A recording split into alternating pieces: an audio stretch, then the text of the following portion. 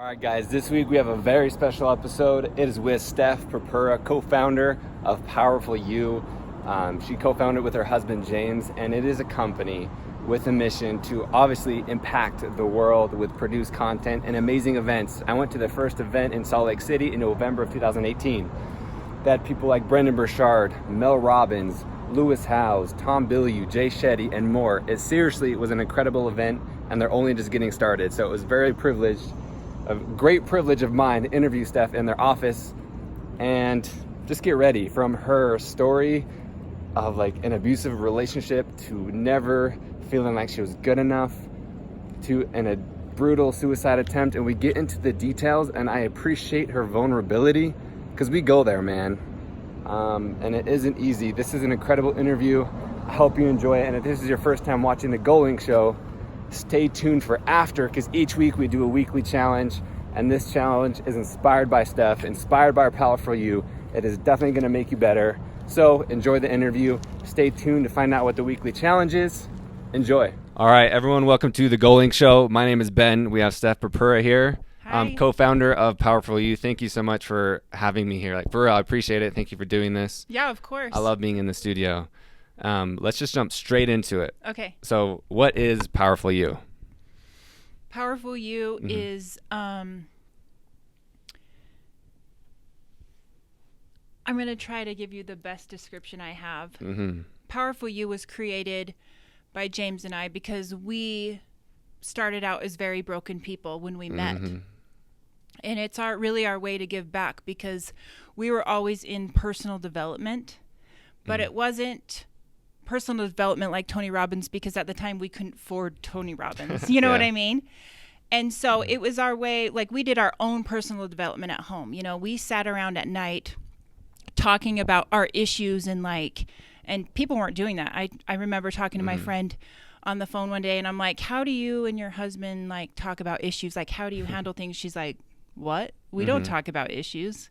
So I knew that we were different in that way, because we sat down like, how are you feeling? Like, what was that fight about? Why do you feel this way? What are the beliefs holding you back? And really, like, we had a lot of trauma, you know, growing up. I was sexually abused. You know my story. My dad abandoned me. I had a brutal suicide attempt.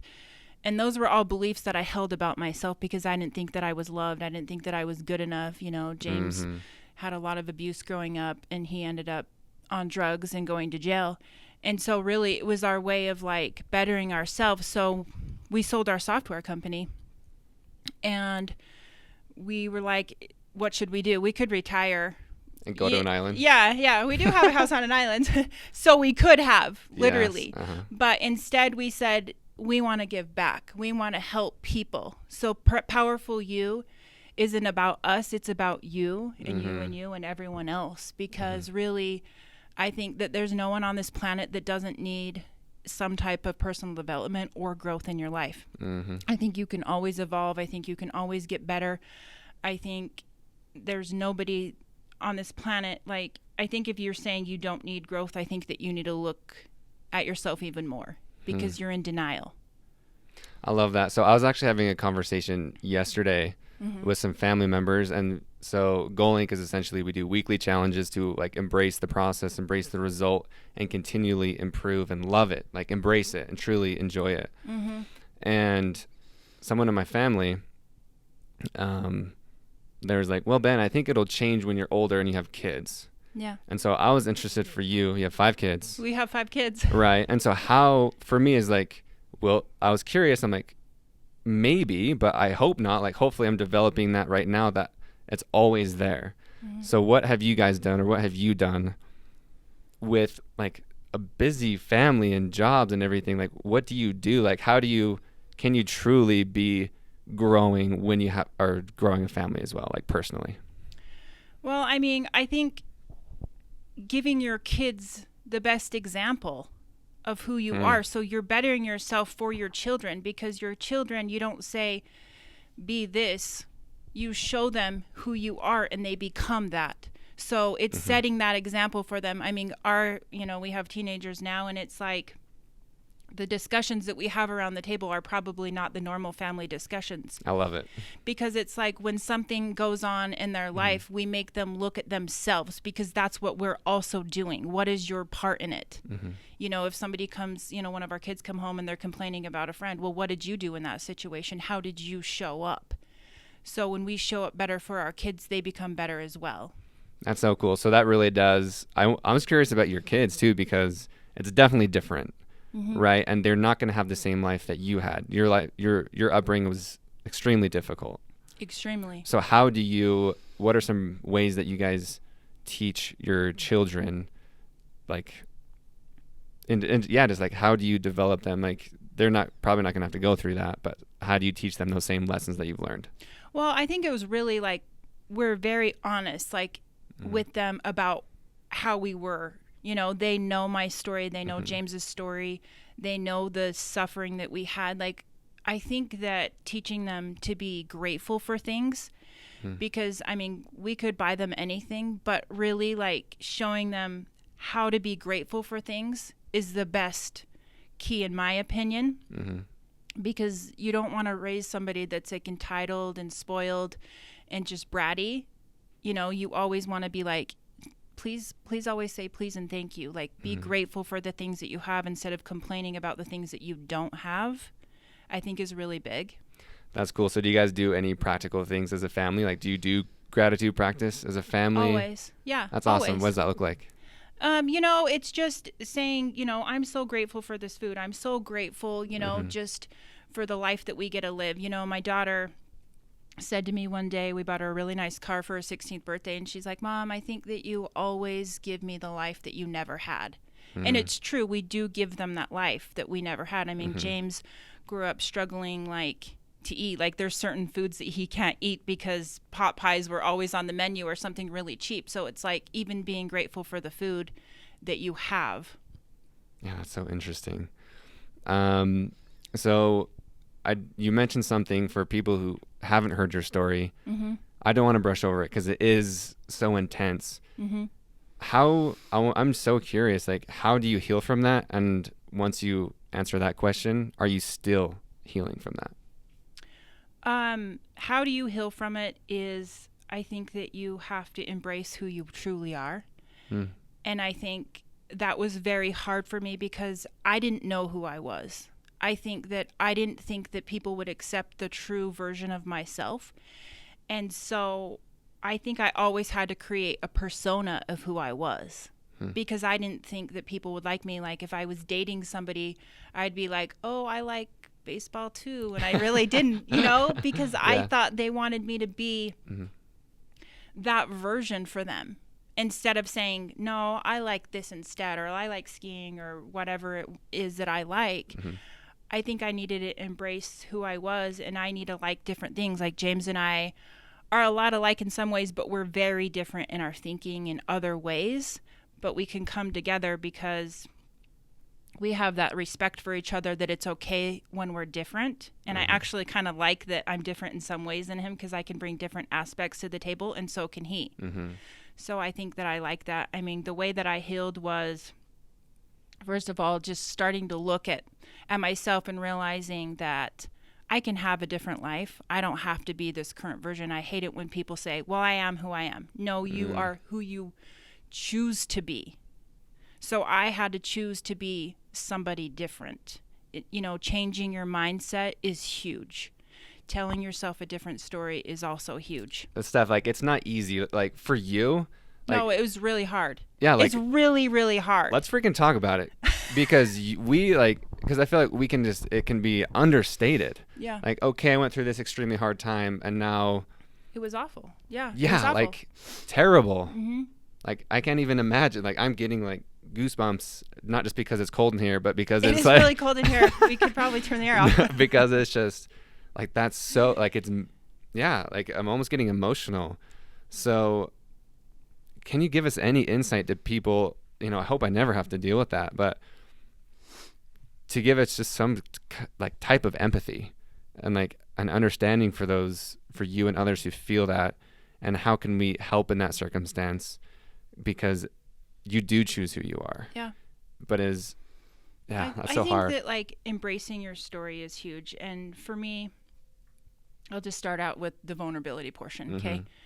I always thought vulnerability was weakness. I didn't want to be vulnerable. And when I met James, you know, he shared a story with me and I was like, do people actually do this? When Do did he they? share it? How soon? 3 days in. Actually, 3 I days love in. it. And I stayed. So, and he didn't have any money. So I still stayed. Yeah.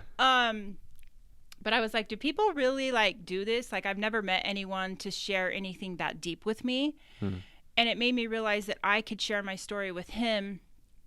And, you know, and I did tell some family and friends after James, like he was the first person I shared my story with because he was the only person I felt comfortable with. So I think that finding that person that makes you feel comfortable enough to share something, whether it's a friend, a boyfriend, a spouse, like whoever that is for you, I think that you should always have that person that you can be, that can be that for you and vice versa. But vulnerability started for me before our first event in November 2018. You attended it. Yes, loved it. And you saw the film. Okay, so James came to me several months before that and said, hey, we should film our own personal stories, tie them to content, tie them to speakers' content, and it would really give, you know, the audience something that they could walk away from because there's so many people hurting in this world. Well, at first I was like, okay, all right, I can do that. But when it came time, like... When you're actually shooting it? Well, no, before that, I was freaking out. Like the morning of, I'm crying, I can't do this, you know, this is in front of a film crew.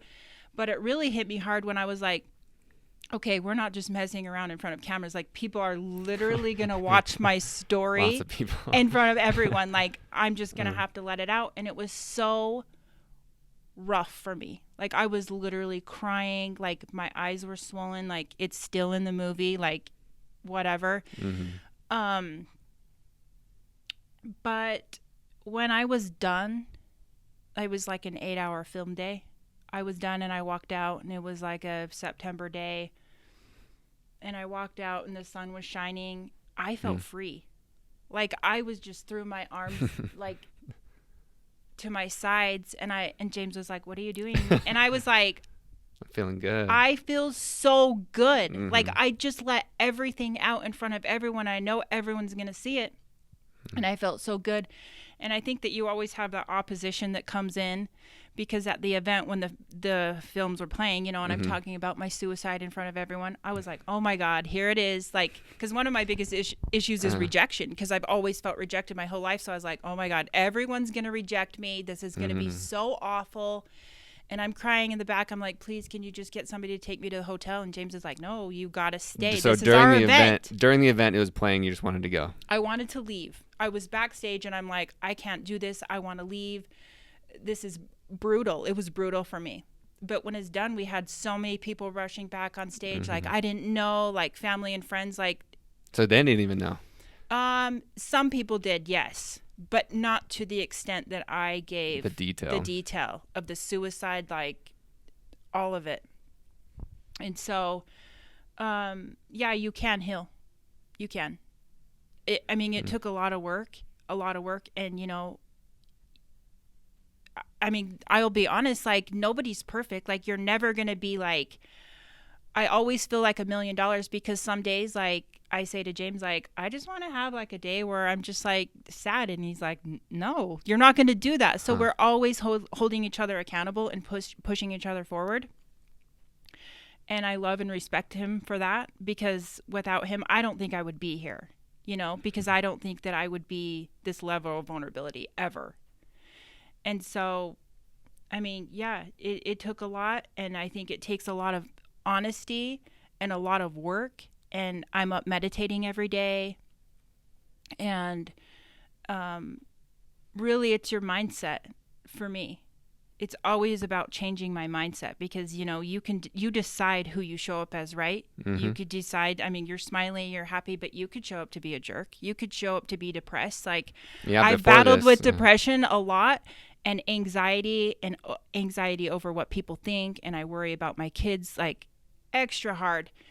And so I just have to take a step back sometimes.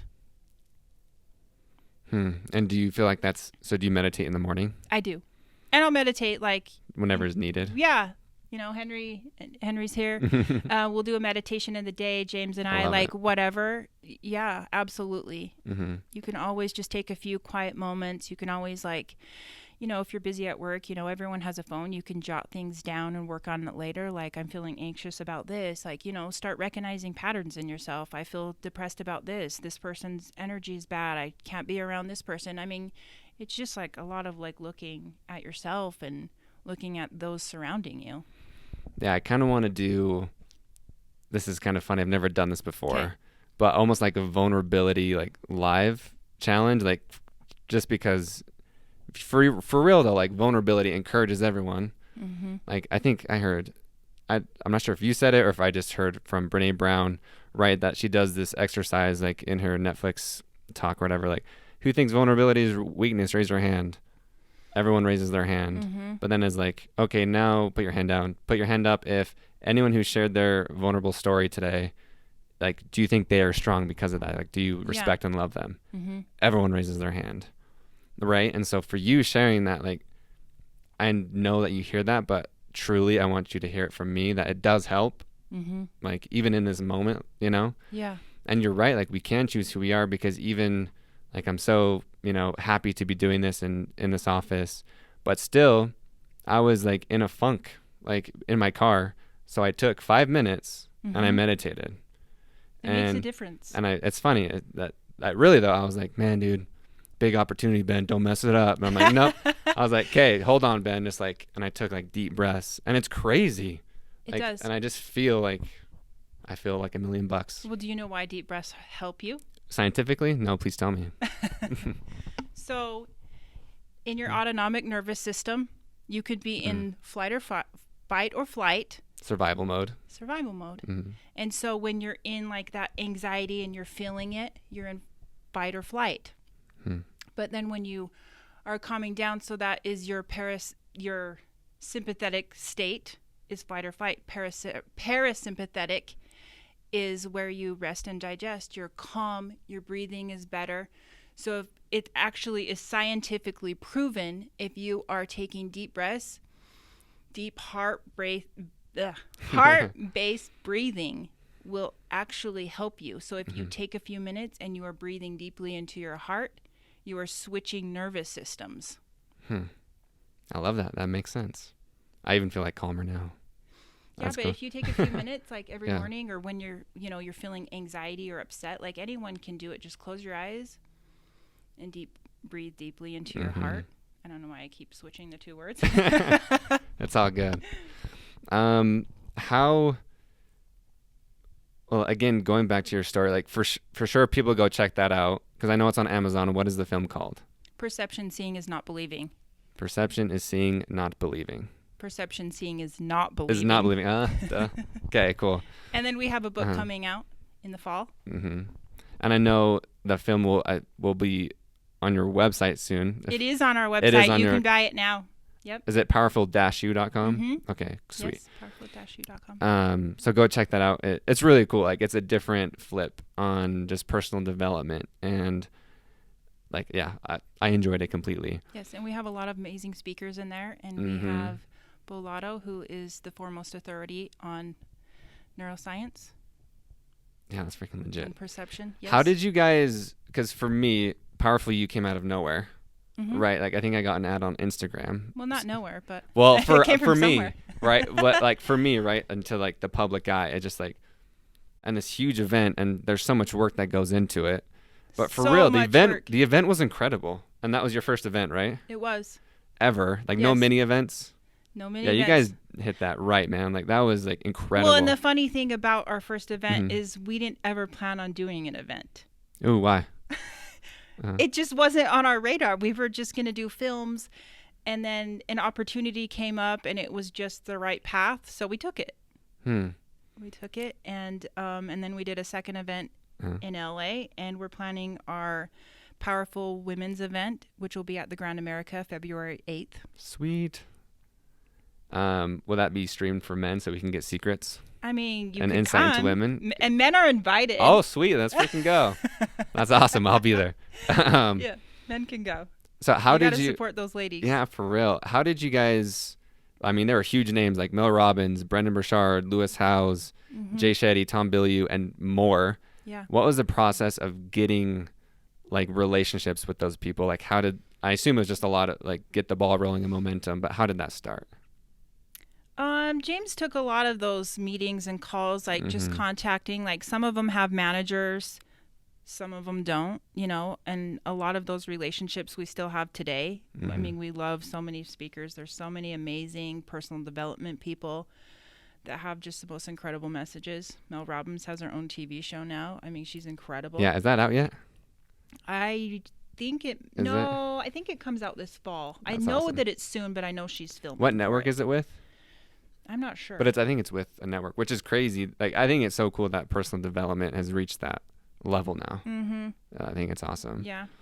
Can you tell your story about if you're feeling it, you know, for the suicide attempt? Because I feel like that really hits home, just to really understand like bring us to that heart-centered. You want to know place. how I got to the hotel room? Just whatever. Yeah, let's go there. So I was in a relationship that was abusive. And because that's what I thought I deserved. I mean, you're only with the person I believe that you deserve. And I believed that I deserved. I wasn't worth loving. And so you attract what you are. So he was just as broken as I was. And so I left and I lived in another state, and my attempt to drive home, I end up in a hotel room. But before that, I had stopped to the store and I buy hair dye and makeup and all this. Like, I spent all this money that I didn't have because I had $600 to my name. And I thought, I'm either going to leave with a colored hair and like fresh face, and you just, or I'm going to stay in the hotel and I'm going to die, because I also bought rope. And I go to a hotel and it's like your own self-talk. Like you know, you're saying, no one's ever loved me. No one's ever cared about me. This world's a shitty place. I don't want to be here. You know, life sucks. It's never going to be better. And I tie myself up because I write, well, first of all, I get down on a piece of paper and I write, you know, reasons to live, reasons to die on a piece of paper. You did that? I did. Wow. And I had so many reasons to die, just so many, and I couldn't find one reason to live. You didn't have one? I couldn't find one. I didn't feel like I had anyone.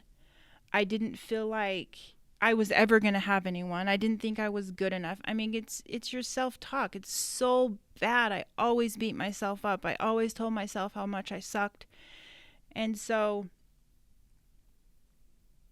it was brutal, really. It was really brutal. And I tied myself up and I let the rope drop, and I can feel myself dying. I mean, it's darkness. That's all I can see is darkness, and I can feel myself dying. And the next morning I wake up on the hotel floor. And the door was locked. The bathroom door was locked. I don't know how I got untied, but I obviously had a purpose, or I would have gone, right? And I feel like that kills me to know that so many people attempt suicide and manage that, you know? Because it's like, why are so many people hurting? Why is there so many shootings? Why is there so much hate? Why is there so much abuse out there in the world? Because people are sad and people are broken and they don't know what to do with themselves. So there's so many people out there that need help. And so I hate when people just say, this is who I am. I mean, I already said that, but I mean, that brings the point home, because that's who I thought I was. I always thought I was going to live in that depression. But you don't have to be that. You don't have to commit suicide. You know, life can be great if you choose for that. And thank you for sharing that. Yeah. What's for people who are listening that are in that spot, like I can just feel it that people really do have a purpose. Everyone. Every single person. So if we're in that spot, you're talking about self-talk is huge. What's one way to start that healing process? And have you ever, actually I'm curious for this, did you ever write a list again? I did, actually. And that's actually how I got out of it, is one day I thought, if you can choose your life, why am I choosing this? And that's what I think that people need to look at. Why are you choosing this? You're choosing this. So I got out a piece of paper and I wrote everything I wanted to become, everything I wanted to do, everything I wanted in a partner. And I wasn't going to settle this time. I wasn't, because I was like, I deserve love. I deserve respect. And so does everyone. I think the world needs to stop, worrying about social media and what everyone else is thinking about them. It doesn't matter, because they're thinking about what you think of them. And I think that I worried so long, and sometimes I still do, like what people think of me. I'm like, do you think they like me? I get into that and I'm like, it doesn't matter, because I love and respect myself. And I think that's where, people really need to start, is looking at inside. What do you need? What do you want to become? Instead of worrying about, my dad wants me to be this when I grow up, or, what makes you happy? What would make you successful? What are your dreams and goals? Are you depressed? Do you need help? There's nothing wrong with going to a therapist or any kind of help out there. I don't care if you get out your phone and you get on YouTube for free. There's personal development out there. There's always something that can help you. And that's different for everyone. But I think people really need to see, like, what is good for them. Dang, I love that. Okay, so we do a segment in the show that's called Scroll My Soul. And what that means is, you're right.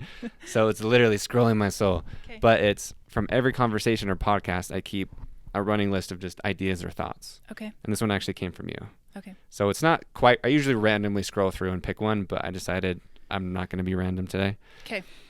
We don't see things as they are. We see things as we are. And I've heard this before, but I saw you post it the other day, that we don't see things as they are. We see things as we are. Can you elaborate on that?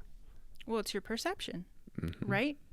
Because, so for instance, I always thought I was unlovable. Was that true? No, it's not true. But that's the only thing that my perception could see. I couldn't see a good partner out there. I couldn't see anyone that loved me. It's your perception. It's how you view the world. It's how you view your world, but that doesn't make it the world. Isn't that crazy? Like, the world is not real. It's not real. Like, it's what you believe to be real. And so that's where you need to start questioning things. Is it real? Your beliefs are creating your reality. What do you believe about yourself? Change your beliefs. If you can't change your beliefs, like, go find some help. Like, find help. There's nothing wrong with asking for help. I ask for help all the time. Even from James, like, help me. I need to see this differently. And I often say, like, what was my part in that? If I have something that was like an argument or something that's going on, like, I look at your part in it, not the other person, because you can always be a victim, right? Of someone else. You can always blame someone else for your life, right? You can.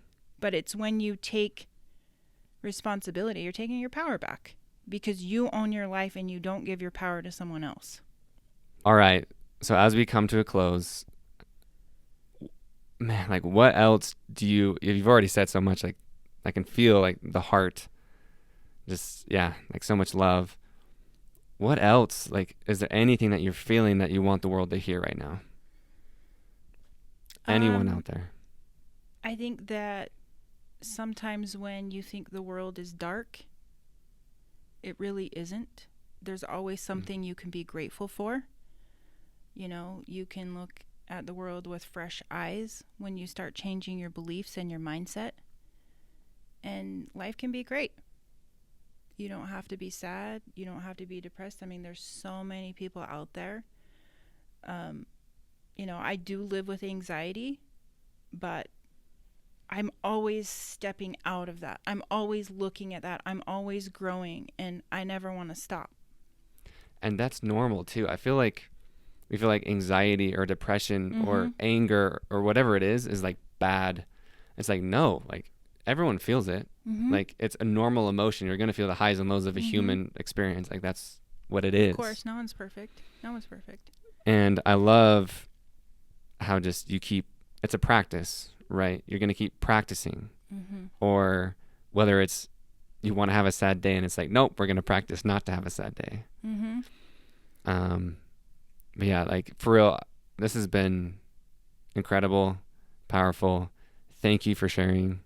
I really appreciate it. Thank you for coming. Thank you for having me on your show. You are very welcome. It's my honor. And for real, thank you for your vulnerability. It is power. It is strength. Thank you. Adios. All right, y'all, this week's weekly challenge is inspired by Powerful You. We want you to write down your goals, write down your dreams. There's most people, like greater than 95%, do not write down what they want. It's crazy. You've got to write down what you want for it to become real. So whether it's a relationship, like a partner, the things that you want in them, or your dreams, a car, a home, the type of family, the type of person you want, the job you want, what life do you want to live? How do you want to be? Today is the day that we write it down. So your challenge this week is to write down what you want. Write down your dreams. All right, y'all, once you complete the challenge, make sure you holler at me at Facebook or Instagram at GoalLink Group. Use hashtag GoalLink Challenge. Tag me in your stories. We want to know. I want to reshare it. I want to see what your dreams and wants are. So write them down. Holler at me once you complete it at GoalLink Group. Let's grow. Let's evolve.